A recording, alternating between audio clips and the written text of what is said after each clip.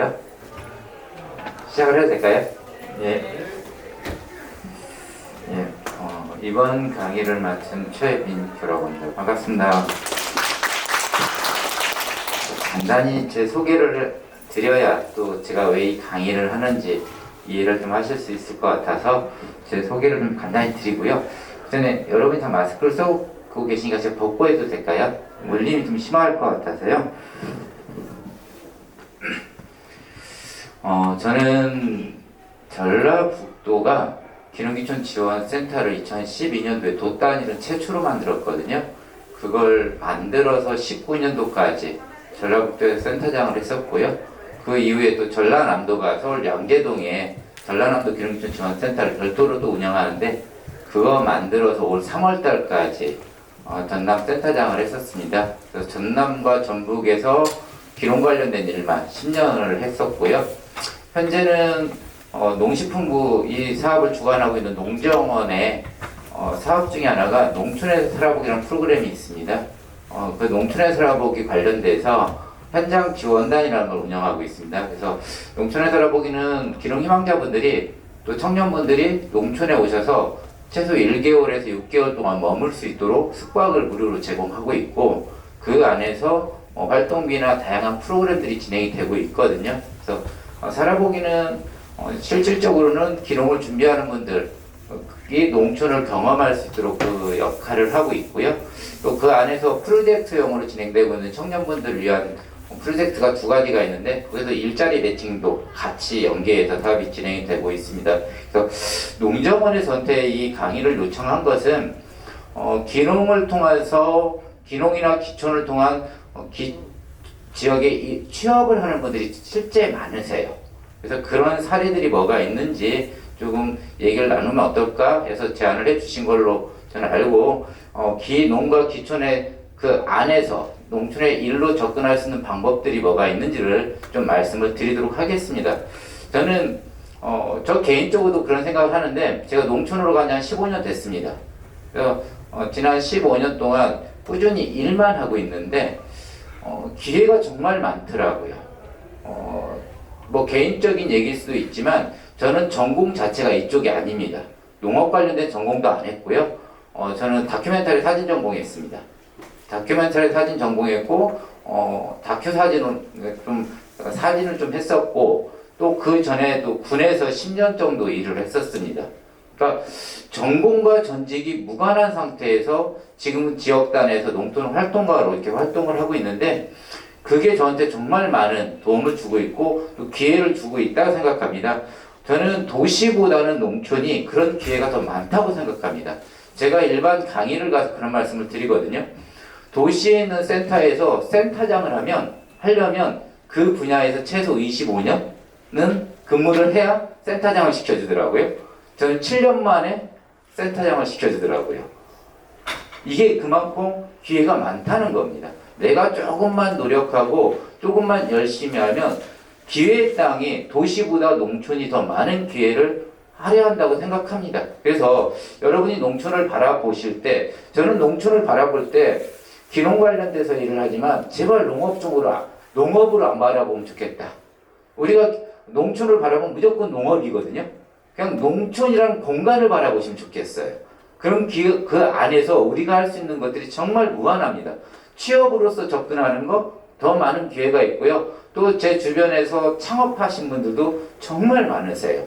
근데 그 모델들이 도시에서 창업하는 것보다 기회가 더 많더라는 거죠. 그리고 도와드리는 정책적 시스템도 도시보다 더 잘 되어 있기 때문에 농촌을 바라보실 때 그 공간으로서의 농촌을 한번 바라보시면 어떨까 싶고 이걸 본격적으로 하기 전에 기농과 기촌에 대해서 좀 정의를 드리고 본격적으로 말씀을 드린 게 맞지 않을까 싶은데 기농이라는 것은 농업입니다. 그러니까 농업을 목적으로 농어촌 지역으로 이주하시는 분들을 제가 기농이라고 합니다. 그러니까 농촌에 와서 농사 짓는 분들은 쉽게 표현하면 농업인 거고 저처럼 농촌에 와서 일을 하겠다, 창업을 하겠다, 아니면 전원생활을 목적으로 오시는 분들을 기촌으로 보고 있습니다. 그래서 만약에 여러분이 농촌에 오셔서 일을 하고 창업을 한다고 하면 기농이 아닌 기촌으로 분류가 되겠죠. 그런데 만약인데 농촌으로 오시겠다고 하면 귀농을 전제로 기촌하셔야 합니다. 농촌살이에서요, 저도 얌체 같지만 최소한의 농업인의 자격을 가지고 있어요. 이게 농촌에서 농업인과 비농업인의 격차가 있어요. 지원되는 격차가. 그래서 농촌에서 그 무엇을 하든 기농을 하고 그 다음에 기촌으로 가는 게 맞다. 그래서 이걸 좀 기억해 주시면 좋을 것 같고, 기농 인구는 매년 증가세인 것 같습니다. 저희가 2008년도에 이 사업을 추진할 때만 해도 이게 오래 갈 수 있을까? 이런 고민을 좀 했었거든요. 근데 지금 보면 한 해 한 45만에서 50만 정도 기농, 기촌으로 연결이 되고 있습니다. 근데 여기에서 저희가 유심히 봐야 할 건 이거예요.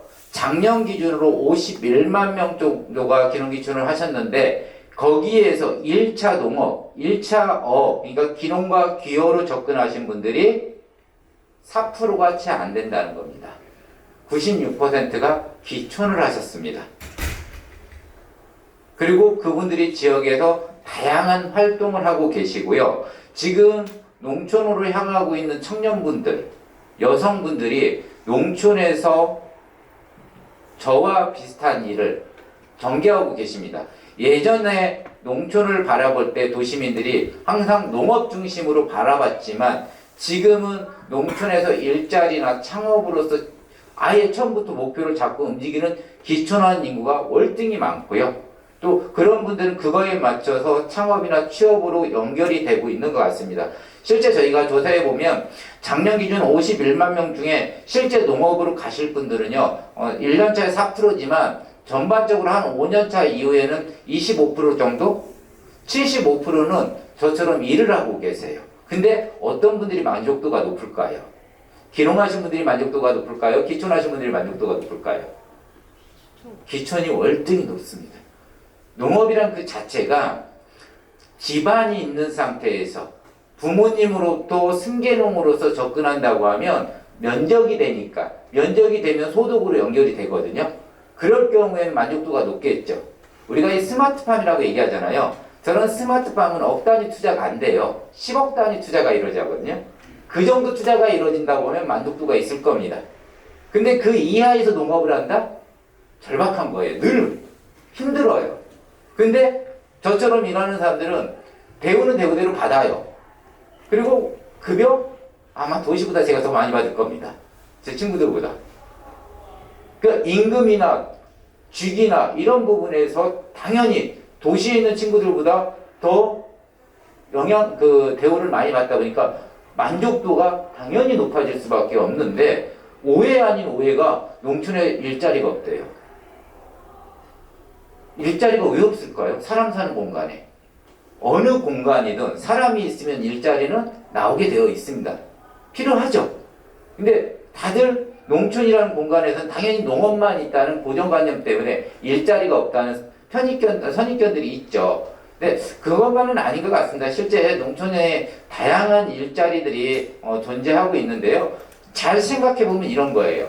저희가 농업 중심으로 농촌을 바라볼 때는 항상 생산자 중심이에요. 생산자 중심, 농업 중심으로 생각을 하지만 농업을 경영하시려면 그 전후방에서 필요한 사업들이 있습니다. 농촌에서 우스갯소리가 하나 있는데요. 저 생산자보다 돈을 더 많이 버는 분들, 그러니까 농업을 기반으로 더 많은 수익을 내는 분들이 계세요. 어떤 분들일까요? 저희가 통상적으로 알고 있는 농협 말고요. 농협은 정말 떼돈 벌고 있고요. 속된 말로. 근데 농협보다 더 많은 수익을 내는 분들이 계세요.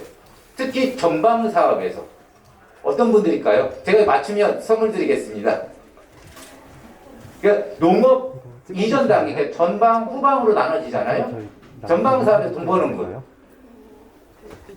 진짜 생각도 못한 분들이 돈을 법니다. 철물점이요. 나오긴 할 것 같은데. 오른쪽 끝으로. 철물점 없으면 농사 못 합니다. 철물점이요, 우리 중소마트 있잖아요. 그보다 규모가 더 큽니다. 어마어마합니다, 그 매출. 그리고 또 하나 있어요. 농약산. 근데 철물점은 대박인 것 같아요, 실제. 여기가요, 도시에서 창업을 하는 것보다요, 매출이 더 큽니다. 거기 매출은 월 억 단위입니다. 그리고 이렇게 현금 거래예요. 다 대부분. 카드도 아니에요. 대박 아닌가요? 카드로 하면 스스로 나가잖아요. 현금은 스스로 나가냐면 안 나가잖아요. 이게 농촌에서 이 농업을 기반으로 연결되는 창업 모델이고 취업 모델이라는 겁니다. 그 규모화된 철물점에요. 얼마나 많은 인원이 채용이 될까요? 한 명이까지 못 하거든요. 그러니까 일자리가 계속 만들어지는 거고 또 마찬가지예요. 출하나 가공이나 유통, 소매에서도 당연히 일자리가 있어요. 실제 이 농업을 유지하려면요. 이 전후방 사업이 따라주지 않으면 농업을 유지할 수가 없는 겁니다. 그걸 농협이 한다고 하지만 그 한계성이 있는 거거든요. 민간의 영역이 확실히 그 역할이 있습니다. 이걸 우리가 어떻게 활용하냐에 따라서 수익 구조를 창출할 수가 있는 거죠. 저는 여기 취업뿐만 아니라 창업도 여기 안에서 충분히 가능하다고 생각합니다. 지금 저희 청년분들 중에요. 지역에 와서 유통을 하겠다는 청년들이 꽤 많으세요. 그분들은 기존 방식을 탈피하는 거죠. 우리가 가장 흔하게 알고 있는 SNS 유통 있잖아요. 이건 농업인들의 한계성이 있는 거거든요. 그걸 청년분들이 대응을 하는 겁니다. 대응을 해서 그 대행 수수료를 자기가 가져가는 구조로 가져가는데 거기에서 오는 수익이 생각보다 많습니다. 저희가 오해하는 것 중에 하나가 제가 오전에도 기록을 준비하는 분들에게 하나 여쭤봤습니다. 오프라인 시장이 클까요? 온라인 시장이 클까요? 그러니까 농업 쪽에서요. 여러분은 어떻게 생각하세요? 농업 쪽에서 온라인이 시장이 클까요? 오프라인이 시장이 클까요?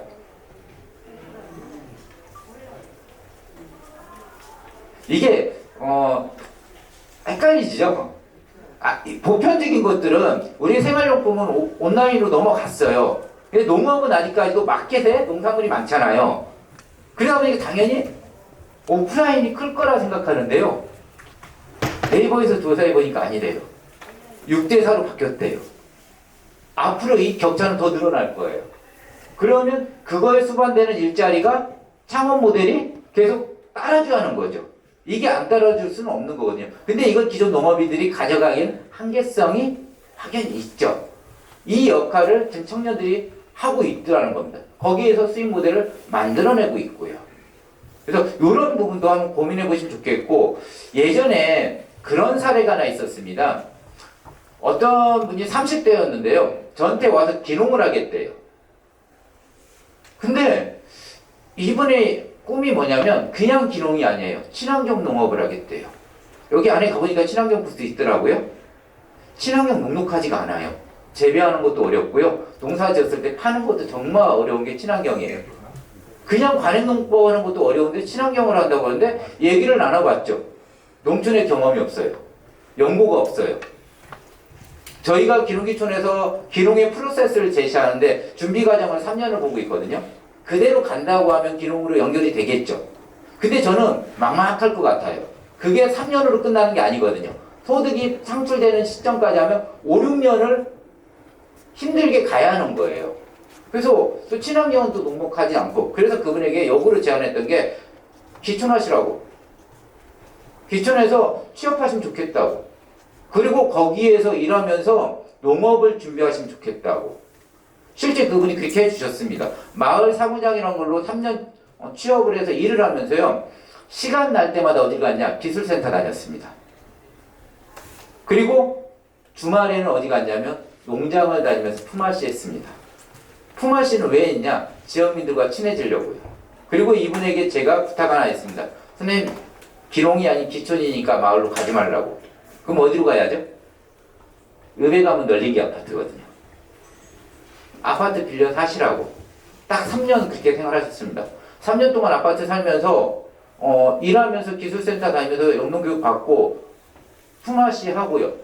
그러면 자연스럽게 3년 동안 뭐가 형성이 될까요? 예, 인맥이 쌓이는 거죠. 지역민들과 인맥이 쌓이는 겁니다. 그리고 딱 3년 뒤에 어떤 일이 있었냐면 평소 알고 지내던 이장님이 이분한테 오셔서 그런 말씀 하시더래요. 우리 마을에 빈집 하나 있는데 팔지는 않을 것 같고 장기 임대는 가능할 것 같다. 만약에 당신이 들어오면 내가 도와주겠다. 돈을 받는 것도 아니에요. 그냥 도와주겠다는 거예요. 말 그대로. 그래서 이장님 도움으로 집을 빌렸습니다. 근데 농촌집이라는 게 우리가 생활하기 불편하잖아요. 최소한 리모델링이 필요하잖아요. 농촌에서는 빈집 수리비 지원 사업이 있거든요. 이걸 기농하신 분들이 가서 신청하면 받기 어려워요.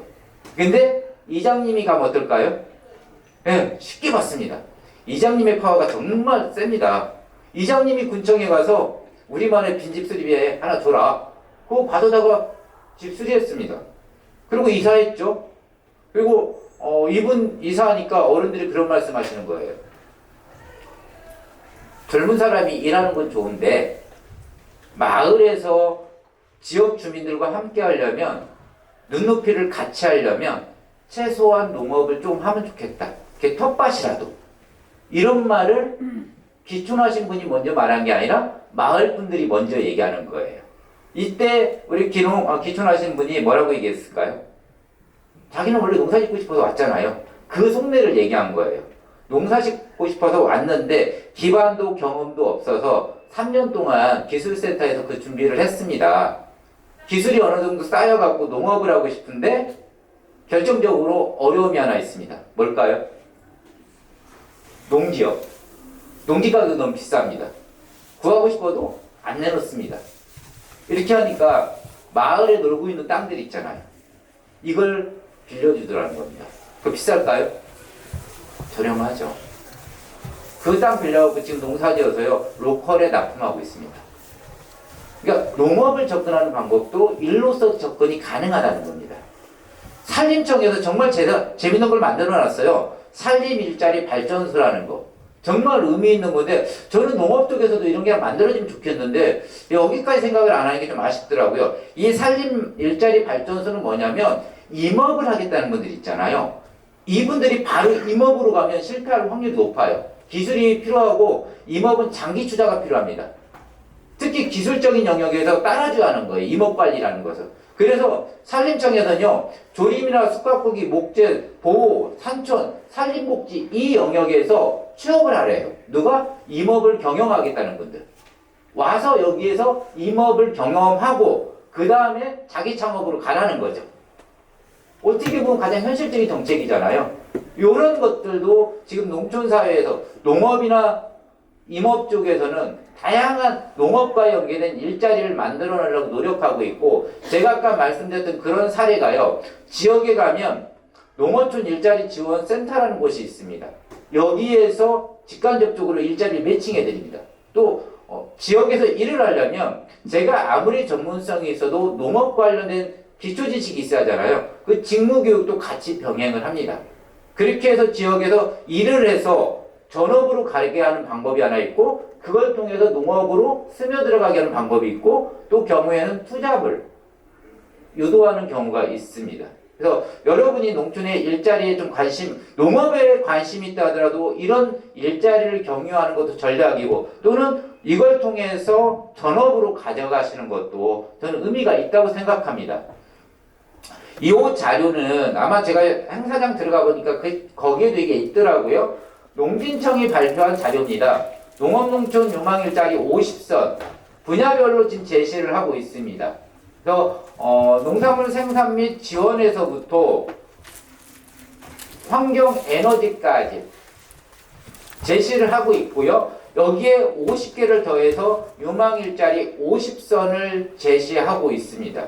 이 안에는 저는 여기에서 어디 들어가냐면 저기 농촌지원 서비스 기농기촌에 기농기촌 플래너로 들어가 있거든요. 근데 여러분이 접근할 수 있는 다양한 일자리가 실제 여기에 있고요. 이게 현장에서 진행형으로 가져가고 있습니다. 여기에 정말 많은 사람들을 필요로 하는데, 지금도 한결같은 말, 저희가 하는 말이 있습니다. 일자리는 있는데 사람이 없다. 일자리가 있는데 사람이 없으니까 전공도, 전직도 다른 제가 이 일을 하고 있는 거거든요. 도시는 똑같은 조건에서 채용할 때 복잡하잖아요. 저희가 준비할 거 정말 많잖아요. 다른 거죠. 또 기회가 달리 오더라고요. 저는 여러분이 저 사례가 좀 어떻게 들릴지 모르겠지만, 저 같은 경우는요, 이 플래너를, 그러니까 기농기촌 플래너라는 일을 하면서 제가 딱 10년 됐습니다. 도에서 10년. 근데 10년 동안에 이렇게까지 제가 어느 단계에 올라갈 거라 생각을 못했거든요. 기회가 이렇게 많이 올 거라 생각을 못했어요. 저는 여러분이 이런 자리 어디 들어갔을 때는 저 이상의 그 자리를 만들어 가실 수 있다고 생각합니다. 그래서 이런 자리도 한번 직접 경험해 보시면 어떨까 싶어요. 그리고 이런 데에서 취업해서 전문성을 한번 키워 보시면 지금은 어떨지 모르겠지만 5년 뒤, 10년 뒤는요, 내 친구들, 내 동기들과는 전혀 다른 삶을 살아가실 수도 있다는 겁니다. 그래서 이런 일자리가 없는 게 아니라 사람이 없다는 거. 그리고 이 자료는 고용노동부가 산하의 고용정보원이 있는데 거기에서 베이비부모 세대, 그러니까 중장년을 대상으로 사회공헌 틈새 미래준비형 일자리를 제시했습니다. 그러니까 농촌 일자리를 제시한 게 아니라 사회공헌이나 틈새나 미래준비형 중장년 일자리를 제시했는데 보니까 농업농촌 일자리가 또 있더라는 겁니다. 실제 중장년층에서 제가 기업 전직센터 강의를 정말 많이 하는데요. 거기 가보면 재취업을 꽤 고민하세요. 근데 거기도 경쟁률이 그렇게 심하대요. 재취업 어디로 하는 봤더니 학교 보안관이라고 있잖아요. 그런 때에만 자리가 있는 거예요. 실제 그렇더라고요. 근데 회사에서 은퇴하실 때는 상무, 이사 이렇게 은퇴하는데 어느 날 갑자기 또 저는 군인 출신이니까 국방부 출신들 만나보면 대령 중령 달고 전역하는데 학교 보안관을 시키는 거예요. 이게 안 맞는 거죠. 그 전문성을 가지고 차라리 이쪽에 오시면 더 큰 역할을 하실 수 있는데 좀 아쉽더라고요. 그래서 저희 여러분 또한 농촌을 바라보실 때 한번 더 고민해 주시면 좋겠고, 이 자료는 같은 기관인 고용정보원에서 제시하고 있는 미래 일자리입니다. 미래 일자리도 키워드별로 제시를 하고 있는데 개인 서비스, 문화예술, 농업, 해양, 당연히 농업, 해양은 농업, 수산업 관련된 일자리가 많겠지만 지금 녹색으로 표기되어 있는 게 다 농업농촌 일자리라는 겁니다.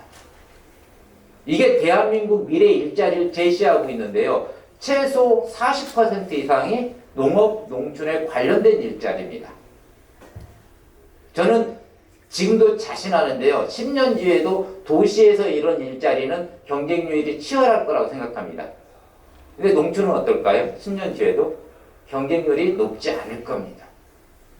기회가 더 많이 올 거라는 거죠. 그 기회라는 것은요, 취업의 기회가 아닙니다. 그 안에서 성장하는 기회가 더 크다는 거죠. 그렇다고 우리가 어디로 갈 거냐, 이것도 한번 고민해 볼 필요가 있다는 거죠. 취업하는 게 중요한 게 아니라 최정점에서 어떤 자리에서 만날 거냐도 매우 중요하다고 생각합니다. 그렇다고 하면 기회가 있는 이 농촌 일자리를 여러분이 한 번 정도 고민해 보시면 좋겠고, 이게요, 취업으로 넘어서 창업으로도 충분히 가능하다는 겁니다. 실제 이 지금 제시하고 있는 일자리를 창업 모델로 가져가는 분들도 꽤 많으세요. 개인 사업화에서 움직이는 분들도 정말 많습니다. 만약에 이런 창업을 한다고 하면 도와드린 기관이 생각보다 많습니다. 농촌 지역에 창조경제지원센터 있잖아요. 공동체 지원센터가 있고, 마을만들기 센터가 있고, 융복합 지원센터가 있고, 창업보육센터가 있고요. 문화예술재단이 있고, 관광지원센터가 있습니다. 이 조직들이 이 창업과 취업을 지원합니다. 특히 창업 관련돼서는요, 특히 청년분들 창업은요, 적극적으로 지원을 하고 있습니다. 그 조직들이 도시에도 있지만 경쟁률은요, 차이가 있더라는 거죠. 경쟁률이 심한 데 가면 제가 아무리 선정이 돼도 받을 수 있는 재원적 한계가 있습니다. 근데 농촌은 경쟁자가 적어요. 재원은 비슷하거든요. 그러니까 투자되는 게 큰 거죠. 자리매김하는 게 더 빠를 수 있다는 겁니다. 이런 부분도 여러분이 한번 바라보시는 것도 의미가 있지 않을까 싶습니다. 지금 농촌도 사회적 경제 영역에서의 많은 고민을 하고 있고, 또 사회적 경제라는 게 뭐 유럽에서 역사를 봐도 농업을 기반으로 이어져 왔고요. 그게 저희 한국 사회에서도 지금 농업형 사회적 경제가 부각이 되고 있습니다. 이 사회적 경제는 앞으로 미래 시장에서 가장 중요한 그 역할을 할 걸로 기대를 하고 있는데, 사회적 경제를 하실 때 그 기회가 어떻게 보면 그 분야별로 제시를 하고 있지만, 이 범주 안에서도 도시보다는 농촌이 더 기회가 많지 않을까 하는 생각을 좀 하고 있습니다. 그래서 사회적 경제 영역에서 좀 관심 있는 분들이 있다고 하면, 이쪽 영역은 각 지역에 가면 경제통상진흥원이라는 곳이나 사회적 지원센터가 있습니다. 그쪽에서 이거 관련된 지원을 하고 있고, 또 농업 안에서도요, 기농하신 분들이 처음부터 농기로 확보하는 게 어렵기 때문에 사회적 농업을 육성하는 곳들이 꽤 많습니다. 그러니까 1차에서 2차, 3차로 연계된, 또 지역과 연계된 네트워크된 농업으로 유도하기 위한 사회적 농업도 활성화되고 있는데, 이런 영역 안에서도 충분히 우리가 취업이나 창업으로서도 그 역할을 만들어갈 수 있지 않을까 싶습니다.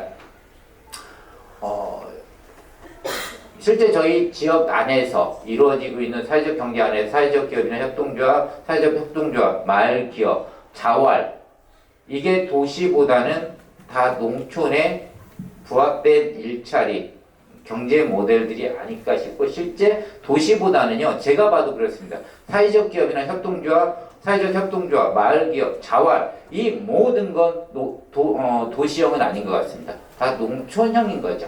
그리고 농촌이 가장 활성화되어 있는 모델들이 이쪽이고, 지금 농촌에서 자활기업이든 마을기업이든 사회적 협동조합이든 협동조합이든 사회적 기업이든 그 중심대는 누가 있냐?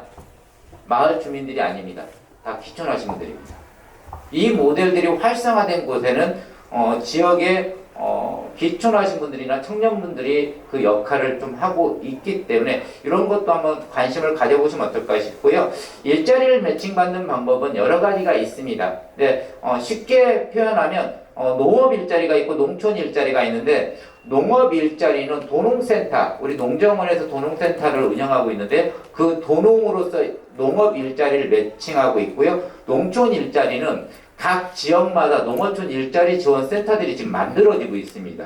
광역이나 시군에서 그 농촌 일자리를 연계한 매칭 사업을 광역 일자리 지원 센터에서 하고 있고, 여기에서 직무 교육도 같이 하고 있고요. 여성분들을 위한 여성 새로 일하기 센터, 이건 도시에도 있죠. 근데 농촌형에 맞춰서 농촌 일자리를 발굴해서 귀촌한 여성분들에게 일자리를 매칭하고 직무교육, 여성 새로 일하기 센터가 직무교육 프로그램이 가장 잘 되어 있더라고요. 그래서 그 역할도 같이 하고 있고, 또 최근에는 청년센터들이 계속 만들어지고 있습니다. 경상북도, 전라북도, 전라남도만 해도 청년센터가 정말 활성화되어 있는데, 저는 청년들에게 농사 지으라고 얘기 안 하거든요. 기반이 있으면 농사 지으라고 하고요. 기반 없으면 여기 통해서 창업이나 취업으로 가져가시면 좋겠다고 제안을 드리고 있고, 실제 청년지원센터에서 커뮤니티부터 지원 사업까지 다양한 사업들을 가져가고 있고, 창업 관련돼서는 식품 클러스터나 마을 만들기, 창조경제지원센터, 실용화재단 또는 청년지원센터에서 창업 관련된 직간접적 사업들을 가져가고 있습니다. 그래서 여러분이 농업 쪽으로 일자리 관심 있다고 하면 각 지역에 있는 도농센터를 이용하시는 게 1차적으로 맞는 것 같고, 나는 그래도 농촌 일자리 관심 있다 하시면 농어촌 일자리 지원센터를 한번 활용해 보시면 어떨까 싶고, 창업분들 개인적으로는요, 창조경제지원센터를 좀 활용하시면 좋을 것 같아요. 창조경제지원센터가 도시에 있는 창조경제센터는 수요가 많아갖고 사업량이 적대요. 참여할 수 있는 기회가 적대요. 농촌 지역의 창조경제지원센터, 그러니까 전라북도, 전라남도 창조경제지원센터 직원들하고 얘기하면 사업량이 남는데요. 신청자가 없는 거예요. 그러면 그만큼 우리한테 기회가 또 많이 올 수 있는 거 아닐까요? 그리고 예산이 남으면 안 돼요. 국가 정책에서 다 소진해야 하거든요. 어떻게든 추가 지원을 한다는 거죠. 그러면 여러분이 꿈꾸는 것을 도시에서 하는 것보다 이쪽에서 하는 게 더 기회가 많을 수 있다는 거죠. 그래서 이런 부분도 한번 고민해 보시면 어떨까 싶고, 다른 얘기를 좀 하도록 하겠습니다. 그냥 창업과 유사한 건데요. 저는 정책을 만들 때 항상 이 자료를 사용했거든요. 여러분들 이 자료가 낯선 분들이 계실 겁니다. 서울대 트렌드센터에서 1년에 한 번씩 발간한 트렌드 보고서입니다. 저는 이 자료를 통해서 정책 자료를 계속 만들고 있는데 지금 저희 쪽에서 가장 이슈가 됐던 건 러스팅 라이프. 코로나 이후에 도시민들이 농촌과 도시를 오고 가면서 생활하기를 원하고 또 실제 제가 살아보기를 담당하는데요. 살아보기 하니까 거기에 회사 직원들이 와 계시더라고요. 이거 하나 가지고 노트북 하나 가지고 거기에서 일을 하고 계세요. 실제 그 욕구들이 계속 늘어난다고 하더라고요. 그래서 뭐 차박이나 이런 것도 요와 비슷한 거지만 실제 농촌과 도시를 오고 가면서 살고 싶어하는 그 욕구가 늘고 있는데 그런 것들이 지금 반영된 게 저희 살아보기나 이런 정책으로 좀 가져가고 있는데 저는 여러분이 창업이나 취업을 특히 창업하실 때는 이런 자료를 통해서 우리 대한민국 국민들이 어떤 생각을 가지고 있는지 한번 읽어보시면 좋겠습니다. 제가 이게 한 10년째 이 자료를 보다 보니까요. 예측이 좀 돼요, 이제는. 정확하게 이 모든 걸 예측되는 건 아닌데 감은 와요. 이런 트렌드로 갈 것 같다. 저희가 러스팅 라이프가 작년 10월 달에 발표됐거든요. 살아보기는 그 2년 전에 만들어졌거든요.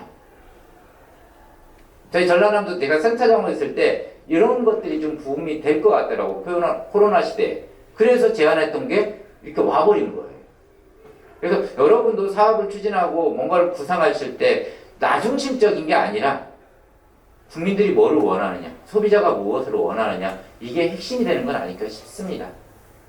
이건 좀 넘어가고요. 그래서 농촌에서 창업을 하실 때, 러스팅 라이프에 맞춰서 갈 수 있는 게 여행 프로그램이 아닐까 싶은데요. 여행, 솔깃하게 들어오지는 않겠지만, 제가 알고 있는 선생님들이 하는 여행 프로그램을 한 두 가지만 말씀드리면, 제하고 친한 선생님께서 중고등학생들을 대상으로 여행 프로그램을 합니다. 기본적으로 1년짜리 프로그램이에요. 장기 프로그램인데, 예를 들면 올해 목표는 히말라야 하면 아이들이 3월달에 휴학을 합니다. 중고등학생들이. 그리고 둘레길을 걸어요. 백두대간을 걷습니다. 가을까지. 그리고 겨울 되기 전에 히말라야를 갑니다. 히말라야를 바로 갈 수는 있겠지만 쓰러집니다. 그러니까 지역에 머무는 동안에 트레이닝해서 히말라야를 가든가 산티아고 최근에 갔다 왔거든요. 성인이 산티아고 그러면 보름을 걷는데요. 여기는 한 달짜리 프로그램을 해요. 한 달을 가기 위해서 국내에서 몇 달간 트레이닝을 하는 거죠. 이게 여행 상품이에요. 중고등학생들 대상으로. 아이들이 한 달에 그 선생님한테 내는 돈이 얼마냐면 250만 원에서 300만 원 정도 됩니다. 여행 경비 별도로. 히말라야든 산티아고 갈 때 경비 들잖아요. 그건 별개로 한 달에 무조건 내는 돈이 그 정도예요. 많은 돈 같죠? 제가 그 참여하는 학부모들하고 얘기해 봤거든요. 아이들 휴학하는 거 부담 안 되세요? 안 된대요. 세상을 넓게 볼 수 있거든요. 300만 원 돈 적지 않은 돈인데 부담스럽지 않으세요? 학원비래요. 한 달 학원비가 그 정도 된다는 거예요. 아이에게 그 정도 투자할 수 있대요. 우리 아이가 공부벌레가 아니라 세상을 넓게 보면 된다는 거거든요. 농촌의 자원을 통해서 그렇게 사업하는 여행 사업을 만들어낸 분이 계세요. 또 이런 사례도 있습니다. 여러분도 가능한 얘기인데요. 우리 둘레길이라는 개념이 어떻게 만들어졌냐를 보실 필요가 있습니다. 둘레길은 인위적 길이 아닙니다. 원래 옛길을 복원한 게 둘레길이에요. 그와 비슷한 형태의 사업 모델을 만들어내신 분들이 계세요. 예를 들면 어느 마을을 가니까 맷돌이 있습니다. 맷돌을 뭐 하던 건지 혹시 아시나요? 뭐에 쓰던 용도인지? 맷돌은 콩을 갈기 위한 겁니다. 콩을 갈았다는 건 두부를 만들기 위한 거예요. 그리고 요즘 또 A라는 B 마을을 가니까 물레방아가 있어요. 물레방아는 뭐 하던 건지 혹시 아시나요? 여기 계신 분들 농촌을 가시면 안 되겠는데요. 예, 맞습니다. 물레방아는 방아예요. 그리고 C 마을에 가니까 구들장이 있어요. 가마솥이 있어요. 이게 세 개를 묶는 겁니다. 맷돌에 올려서 두부를 만들게 하고요. 그거 들고 물레방아에 가서 방아를 찌고요. 예전 방식으로요. 그리고 그 쌀을 가지고 구들장에 가서 장작을 패게 합니다. 장작을 뺐으면 불을 떼야죠. 불 떼서 음식을 만듭니다. 그걸 먹어요. 그리고 거기서 숙박합니다. 체험 같지만 여행입니다, 이게. 근데 이게 중장년층에 농촌에 살았던 분들 있잖아요. 향수심을 건드려 버리는 거예요.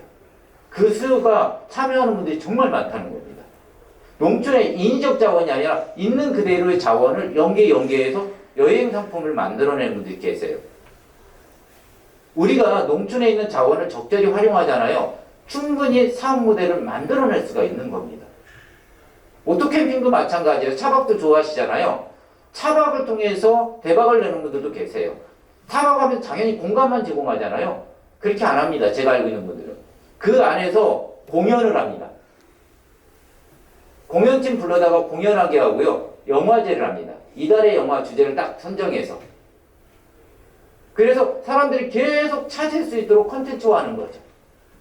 실제 이걸로 우리 기촌하신 분들이 다양한 수익 모델을 만들어내고 있습니다.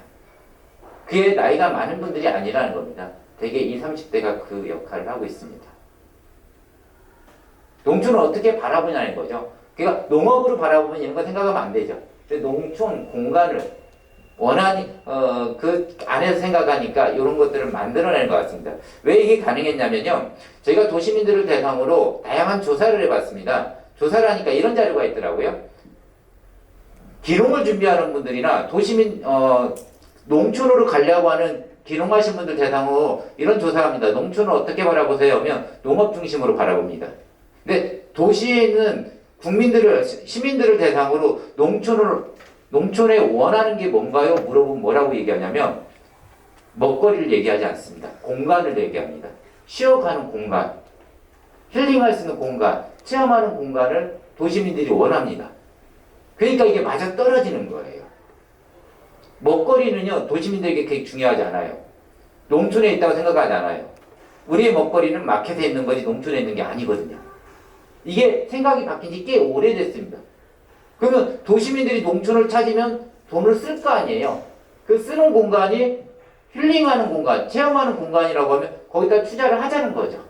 그게 수익 모델로 가져가는 건 아닐까 싶습니다. 6차는 많이들 들어보셨을 겁니다. 윤복합 사업이라고도 하는데요. 1차 농업을 통해서 2차 가공, 3차 체험, 이걸 윤복합해서 부가가치 창출을 하자. 특히 우리 기농하신 분들은 경작 규모가 그렇게 크지가 않습니다. 평균 1200평 경작하는데 1200평 쌀농사 져봤자 그게 소득으로 나한테 돌아오는 게 한계성이 있는 거죠. 그걸 술을 만들면 그 가치는 확 올라가는 겁니다. 또 이 술 체험을 하면 또 여기에서 온 부가가치는 어마어마합니다. 그러니까 이 윤복합 사업을 지금 농식품부에서는 육성사업으로 가져가고 있고 실제 많은 기촌 기농하신 분들이 이 중심체에 있습니다. 저는 윤복합 사업 중에 가장 이상적 모델을 우리가 직접 하는 모델이 내가 농사 짓고 가공하고 체험하는 것보다 역할을 좀 나누면 좋겠다. 이게 사회적 경제하고 좀 비슷할 수 있지만 농사는 누가 잘 짓는 거죠? 농민들이 잘하는 거잖아요. 그 역할을 그분들에게 맡기는 겁니다. 그분들이 어려워하는 가공이나 체험은 우리가 하는 거죠. 수익이 나오면 분배하면 되는 거거든요. 그게 더 효율적이고 실제 그런 모델들이 꽤 많습니다. 아마 이 모델도 제가 알기로는 마찬가지입니다. 저 쌀과 밀은요 지역에서 생산된 거예요. 그걸 가지고 기촌하신 분이 술을 만드신 거예요. 그리고 그걸 통해서 체험 프로그램을 만들어가는 거죠. 그러면 지역 주민들에게도 소득이 되고 기촌하신 분들에게도 실질적 소득으로 연결이 되는 거죠. 그리고 여기에서 만약에 이분들이 숙박을 한다. 모텔에서 잘 수도 있지만 마을 체험관이나 마을 민박으로도 연결이 되면 그것도 지역 소득으로 연결이 가능하거든요. 이런 상생 모델이 6차 안에서 가능하지 않을까 싶고 제가 이 모델을 보면서 정말 기가 막히다 생각을 했는데 이건 개인이 하는 분입니다.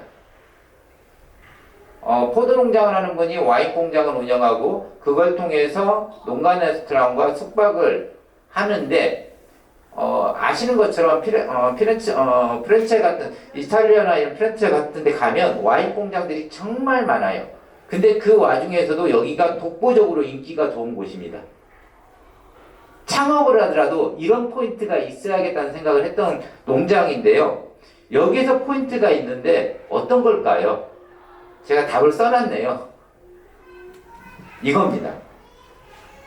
이 와인 공장이 지하 2층 정도에 있어요. 근데 이게 자연 채광입니다. 이 전구를 안 씁니다. 저 정도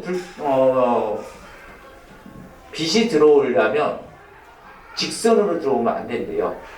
그래서 이걸 어떤 방식으로 했냐면 잠수함의 그 망원경 있잖아요. 그 원리를 사용했다고 하더라고요. 실제 밝기가 이 정도, 지하 2층인데 이 정도 밝기인 거예요. 실제 이걸 보겠다고요. 관광객들이 정말 많이 모여들더라고요. 저거 하나 때문에 농가 레스토랑과 와인 매출이 늘어나고 있습니다. 농촌에서의 제품을 잘 만드는 거 프로그램이 좋은 게 아니라 포인트 상품이 하나 있어야겠더라고요. 우리는 그게 아직까지는 좀 약한데 이런 것도 우리 농촌 사회에서 시작이 가능하지 않을까 싶고요. 아까 말씀드렸던 거, 우리 도시민들이 농촌을 바라보는 욕구이고요. 요게 저희가 이제 우리 농촌에서 이루어지고 있는 윤복합 모델들인데요. 혹시 저 포도나무 보이시나요? 요 포도나무? 여기요. 여기. 저기 한 그루밖에 없어요. 저 한 그루가 이 강의실보다 큽니다. 저기 몇 송이 열렸을까요? 4,500송이요. 농약 안 합니다. 비료 안 합니다. 저분은요, 유통을 안 해도 돼요. 왜? 사람들이 먹거든요. 저걸 보러 오면 포도가 쌓여있으면 어떻게 할까요? 사가죠. 직판하는 거죠. 정말 대단한 것 같아요. 요게 우리 농업을 통해서 유목합으로 가는 모델이 하나가 이런 것들이 있고, 여기는 제가 어제 밤에 갔다 왔는데 야경 정말 이쁘더라고요. 체험농장인데 저게 저 광장에서 뭐를 했더니 스몰 웨딩을 하신대요.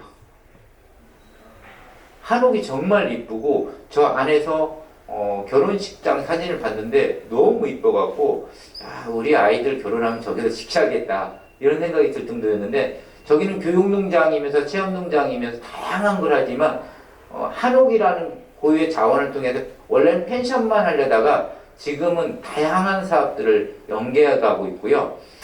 이분도 좀 대단한 분이세요. 이게 포도 터널이거든요. 이 포도 터널에는요, 전 세계 품종이 다 있습니다. 하나도 안 빠져, 한 종도 안 빠졌답니다. 전 세계 품종이 다 있고, 여기가 뭐냐면 포도 터널을 만들어 놓고 여기 이 부분 있잖아요. 제가 사진을 잘못 찍어갖고 잘 안 보이는데 평상을 깔아놨습니다. 왜 평상을 깔아놨냐면 이 농장을 찾는 게 아이들, 초등학교 저학년이나 유치원, 어린이집 아이들이 그렇게 많이 온대요. 그 아이들이 와서 맨 땅에서 놀면 위험해요. 그러니까 조금 편하게 쉴 수 있도록 평상을 만들어 놓은 거예요. 포도 터널에 또 평상 딱 있으니까 연중 아이들 체험 프로그램이 연결이 됩니다. 저런 게 농업소득으로, 농업을 기반으로 하는 윤복합 사업의 하나 모델이 아닐까 싶습니다. 작은 포인트거든요. 포인트를 어떻게 잡냐에 따라서 우리도 충분히 가능합니다. 다 이 농장들 재밌는 게 뭐냐면요, 자녀분들이 다 승계하겠대요. 할만해요. 제가 봐서는. 여러분 또한 농촌의 자원을 이용해서 이런 모델들을 한번 만들어 보시면 어떨까 싶고요. 제가 기가 막히게 봤던 농장은 이 농장입니다. 여기는요, 저게 300평짜리 논이었습니다. 저걸 심어놨는데, 핑크뮬리를 심어놨는데 방문객들이 그렇게 많은 거예요. 어마어마하게 몰려들고요. 올해 600평을, 작년에 600평 했는데 매출이 몇 억대 나왔습니다. 뭘로만? 입장료로만. 유해식물이라고 작년에 그렇게 떠들어댔잖아요. 근데 돈이 돼요. 입장 수입으로. 해바라기 마을, 저기도 마찬가지예요. 저기는 고령화가 원체 심화된 마을입니다. 고령화가 심화되니까 어른들이 농사를 못 짓습니다. 농사를 못 지면 땅이 놀지 않아요. 그러면 어른들이 수익이 안 나오잖아요. 어려워지거든요. 그래서 젊은 사람들이 무슨 고민을 했냐면 어른들의 수익 구조를 좀 창출해보자. 지역에 있는 자원을 통해서. 그래서 어른들이 농사 짓지 않고 놀리는 땅을 빌려서 해바라기를 심었습니다. 그리고 한 9월달 되면, 10월달 정도 되면 한 달간 축제를 합니다. 저희가 저 사업이 시작된 지 10년이 채 안 됐대요. 코로나 3년 못 했거든요. 그럼 7년 정도 했거든요. 총 수익이 얼마인가를 하면 조사하니까 33억이 나오더라고요. 저기 안에서만. 어떻게 할까요? 입장료. 저 마을은요, 해바라기 축제 할 때 다 펜스를 칩니다. 그리고 꼬박꼬박 입장료를 받아요. 그리고 또 하나 있어요. 농산물 판매 부스를 운영합니다. 입장료에다가 뭘 붙이냐면 교환권을 붙이는 거죠. 1,000원짜리든 2,000원짜리든 붙여놓으면 안 버리거든요. 꼬박꼬박 농산물을 사갑니다. 직거래가 이루어지는 거죠.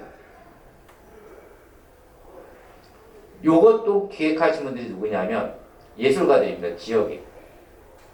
지역 마을 젊은 분들과 기촌한 예술가들이 이런 모델을 만들어낸 겁니다.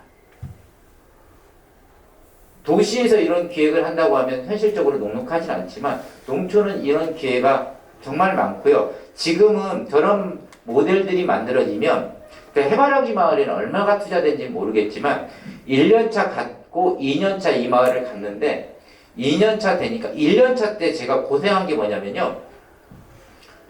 차를 주차할 곳이 없는 거예요. 차를 끌고 저 마을을 가는데 평소에 5분 거리를 1시간 걸렸습니다. 주차장이 없어갖고요. 2년차 가니까 어떤 일이 있었냐면 군청에서 도로를 확장해 놓고요. 또 주차장을 만들어 놨더라고요. 농장주가 만든 게 아니라 군청에서. 왜요? 이분들이 이거 보고 바로 집으로 안 가거든요. 그 주변에서 투어를 하니까 관광객으로 보고 군청이 투자를 하는 거죠. 기반시설을. 내 돈 들어가지 않고도 좋은 모델을 만들어내는 겁니다. 그래서 여러분도 실제 이런 지역의 자원을 조금만 발굴해서 도시민들이 원하는 형태의 모델을 만들어내면 충분히 창업으로 가능하고 문화관광재단이나 체험여행마을이나 관광지원센터 또 지자체가 관련된 사업들을 지원을 하고 있습니다. 그래서 저는 농촌이란 공간이 충분히 창업이 가능하다 생각합니다. 도시민들이 농촌에 원하는 그 두 가지 키워드 중에 하나라고 생각하는데요. 도시민들이 농촌에 원하는 게 쉬어가는 공간이라고 하면 저거에 맞춰서 창업 모델을 만들어내는 거고 또 지역민들의 불편함을 적절히 이용해서 수익 모델을 만들어낼 수 있다고 생각합니다. 쉬어가는 공간은 제가 앞에서 여러 가지 말씀을 드렸는데 지역민들의 불편함을 통해서 창업 모델을 만든 청년들이 있는데 그 사례를 말씀드리면 청년들이 5명이 농사를 짓는 청년들이 있습니다. 농업이라는 건 24시간 농사에 전념하지 않아도 돼요. 어떤 품종에 따라 다르겠지만 짜투리 시간이 꽤 많아요. 그래서 이 5명이 뭐를 했냐면요. 1톤짜리 트럭을 샀습니다. 그리고 이걸 가지고 마을을 투어합니다. 이 1톤짜리 트럭에는 뭐가 실려있냐? 식자재가 실려있습니다. 가장 많이 사용하는 소금, 미원 이런 식자재가 실려있었습니다. 그리고 마을을 돌아다니면서 이걸 파는 거예요. 팔릴까요? 안 팔릴까요? 팔립니다. 어른들이 장 보러 나가는 게 불편해졌어요. 버스가 하루에 한 번, 2번, 이제 버스도 사라졌습니다. 500원 택시, 1000원 택시 이런 것들이 생길 정도예요. 어른들이 큰 장을 본다고 하면 당연히 읍을 나가야지만 설탕 하나 탄다고 못 나가는 거예요. 그걸 청년들이 가져오는 거예요. 그러니까 이게 매출로 연결이 되는 거죠. 이 친구들은 수익을 목적으로 했던 게 아니에요. 어른들의 불편함을 좀 도와드리자는 취지로서 그걸 시작했거든요. 근데 군청이 보니까 기특하잖아요. 솔직히 말씀드립니다. 대단한 거예요, 청년들이요. 그래서 군청이 이 청년들을 도와줄 수 있는 게 없을까 해서 뭐를 고민했냐면 수집상을 좀 해줘라. 어떤 수집상이냐면 로컬 푸드에 어른들이 농산물을 납품하는데 그거 너무 어려워하거든요. 진열하는 거, 가져가서 진열하고 가격 출력해서 붙이는 거 이게 하나하나가 어른들이 일이에요. 또 재고가 나면 회수하는 것도 일이고 이걸 대행해줘라. 그러면 돈을 군청이 지원해주겠다. 이런 형태로 사업을 확장해 나가는 거죠. 그래서 우리가 지역 주민들의 어려움을 적절히만 건드려도요, 해소시켜드려도 수익 모델을 충분히 만들어낼 수 있지 않을까. 그래서 이런 모델들이 그렇게 나와지는 것 같습니다. 실제 보면 다양한 컨텐츠들로 지금 도시민들의 욕구에 맞춰서 사업하는 것, 또 지역 주민들의 불편함을 통해서 사업하는 모델들이 많이 만들어지고 있고요. 그래서 저는 여러분이 농촌을 바라보실 때 낙후된 곳이 아니라 기회의 땅이라 한번 생각해 보시면 이보다 더 좋은 모델들을 만들어내지 않을까 하는 생각을 좀 하고 있습니다. 제가 준비한 건 여기까지인데요. 기농기촌 일을 하면서 항상 그런 생각을 많이 합니다. 왜 사람들이 도시로만 쏠림 현상이 있을까? 좀 기회가 있는 공간에서 내 삶을 설계해 보는 것도 의미가 있는데 팍팍한 도시로만 갈까 하는 생각을 좀 많이 하고 있는데요. 여러분이 농촌으로 오신다고 하면 현재 가지고 있는 역량과 경험치가요, 지역 발전에 엄청난 도움이 됩니다. 또 그게 내 성장에도 큰 도움으로 연결이 될 수 있다고 생각합니다. 그래서 농촌을 바라보는 시각을 농업에서만 좀 탈피하시면요, 하실 수 있는 것들이 정말 많습니다. 그 기회가 정말 많이 부여되는 공간이 농촌이 아닐까. 스스로는 농촌은 아메리카의 그 개척 시대, 빨간 깃발 딱 들고 말 타고 가서 빨간 깃발 딱 꼽으면 걔네 땅이었잖아요. 그 공간이 현재 우리 농촌 공간이 아닐까 싶습니다. 여러분이 가서 빨간 깃발을 어떤 곳에 뽑냐에 따라서 그 지역이 여러분이 그 곳을 선점할 수도 있다 생각합니다. 그래서 농촌을 바라보실 때 일로서 창업으로서 한번 고민해 보시면 좋겠고, 특히 20, 30대 청년분들을 위해서요, 다양한 정책을 개발하고 있습니다. 실제 도시보다 더 많은 정책을 추진하고 있고, 그걸 통해서 자리매김한 청년들이 꽤 많습니다. 그래서 한번 농촌에 그런 사례들이 꽤 많이 있거든요. 커뮤니티 공간들도 꽤 많고요. 아까 청년센터 제가 소개를 드렸는데, 청년센터 좀 검색하면 그 모임들이 있습니다. 거기에 청년 사례들이 많이 있거든요. 그런 분들하고 만나보시면 좋을 것 같습니다. 저희가 맨날 얘기하는 것보다 여러분이 직접 만나보는 게 의미가 있습니다. 제가 남성분들 기농교육 할 때 그런 말씀 많이 하거든요. 제발 농사 지으러 농촌 가자고 가족분들에게 얘기하지 말자. 남성분들의 노망은 농사 짓는 게 노망이 있습니다, 실제. 근데 가족분들은 농업은 어렵다 생각해요. 그 농사 지으러 농촌 가자고 하면 가족분들이 No, 당신 혼자 가. 이렇게 되는 거거든요. 그래서 남성분들 혼자 기농하는 분들 꽤 많습니다. 기농기촌 비율의 7대3이 남성과 여성의 비율이 7대3이거든요. 세대별로 1.2명이 기농하거든요. 기농기촌 하거든요. 그럼 혼자 기농기촌 하는 남성분들이 많은 거예요. 근데 제 주변에 기농기촌 하는 여성분들이 꽤 많은데요. 그분들이 남성분들보다 만족도가 높아요. 이유는 농업을 안 하기 때문에 그렇습니다. 그리고 그만큼 자기들한테 기회가 더 많이 온다는 걸 경험으로 알고 있거든요. 그걸 직접 만나보는 게 중요한 것 같아요. 저희가 백날 좋은 사례 얘기해봤자요, 그건 그냥 지나가는 얘기일 수 있어요. 근데 내가 직접 당사자를 만나서 얻는 것은요, 어마어마한 가치가 있더라고요. 그래서 농촌에서 좀 관심 있다, 농촌에서 창업이나 취업에 좀 관심 있다고 하면 그런 사례자분들을 한번 직접 만나보시면 좋겠고, 여기 계신 분들 중에 그런 사례자 만나고 싶다 연락 주십시오. 어느 지역이든 제가 소개시켜 드리겠습니다. 정말 좋은 모델들 많이 있고요. 그분들과 연계해서 도농사업도 충분히 가능하지 않을까 싶습니다. 네, 그럼 이만 마치도록 하겠습니다. 감사합니다.